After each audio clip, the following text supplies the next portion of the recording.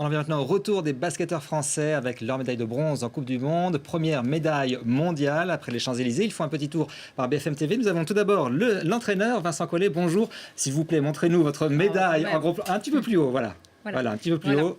Médaille de bronze. Bonjour, merci d'être avec nous. Incroyable, c'est historique. Depuis 1954, on n'avait pas vu de performance comme ça. Jamais. En 1954, la France n'avait été que quatrième. Quatrième, oui. C'est la première fois que la France est médaillée. Donc c'est un grand bonheur. On espérait au début du mondial, mais la cascade de blessures juste avant de la compétition, l'absence de Tony, bien sûr, c'était autant d'éléments qui, malgré tout, nourrissaient les inquiétudes.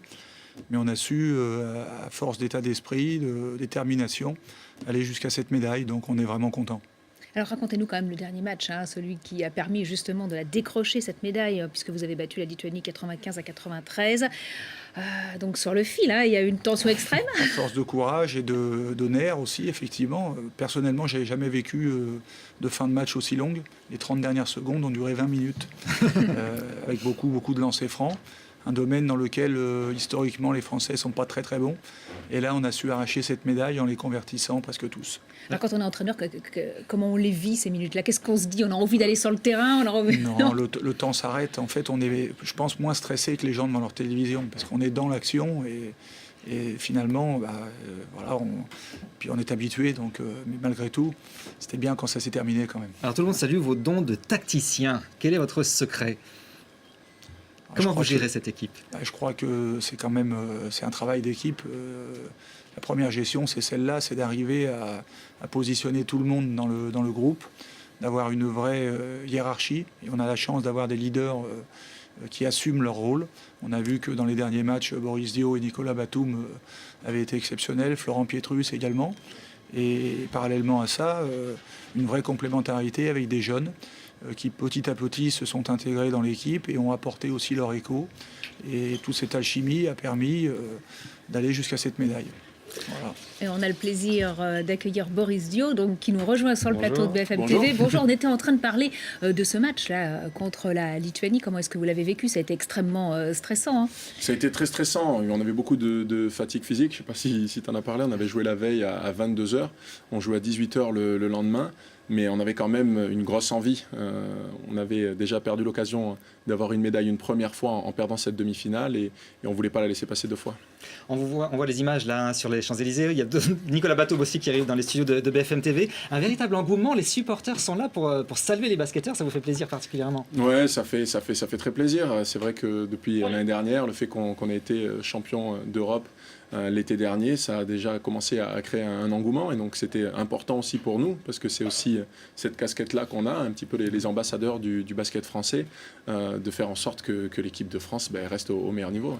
Alors l'an dernier, champion d'Europe, là cette médaille de bronze, il y a maintenant l'Euro de basket qui se prépare. C'est quoi votre secret comme ça pour être au top?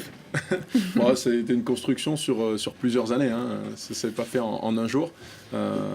Avec l'équipe de France depuis un petit peu plus de 10 ans, on essaye année après année de grimper, de gravir les marches pour être au plus haut niveau de la scène internationale.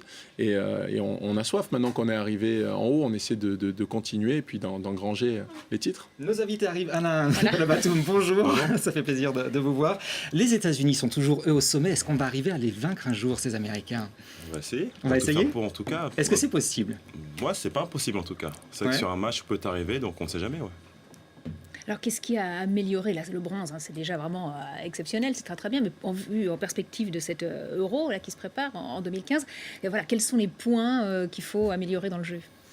Bon, après, c'est la concentration. Ce qu'on a fait, l'exploit qu'on a fait, je pense, contre l'Espagne en quart, était assez extraordinaire. Je pense qu'on s'est un peu trop opposé là-dessus. On a perdu en concentration sur la demi.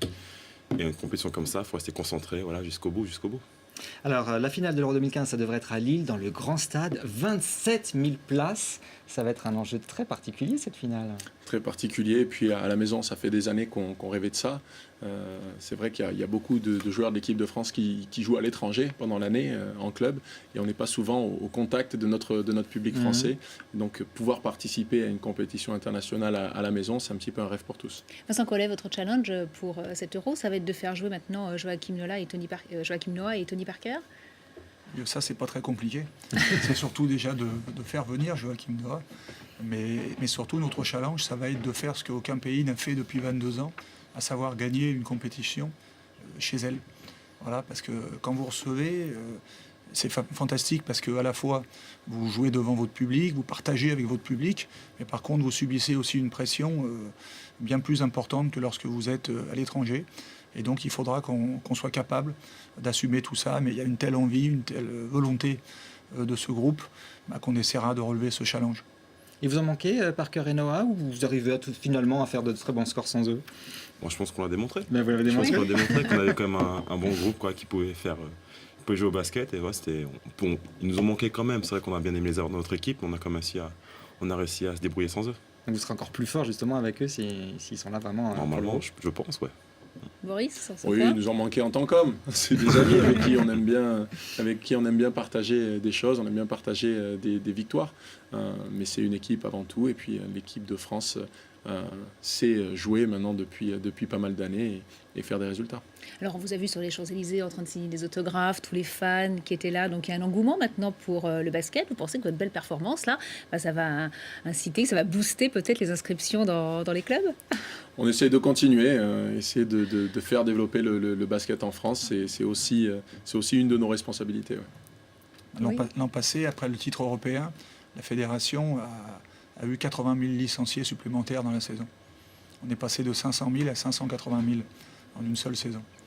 Qu'est-ce que vous allez faire là? Donc, c'est la préparation de l'Euro 2015 maintenant. C'est ça votre prochaine grande échéance? Ah, il y a une saison à jouer quand même entre temps. La saison, bien avec sûr. nos clubs respectifs, il y a une saison à faire, mais c'est sûr que l'Euro après 2015, ça sera une grande échéance pour nous. Ouais. Donc, pas de repos là après cette belle médaille. Vous reprenez tout de suite ou vous avez quand même une petite pause? Un tout petit peu de repos, on a une petite pause, mais c'est vrai que ça va enchaîner quand même assez vite.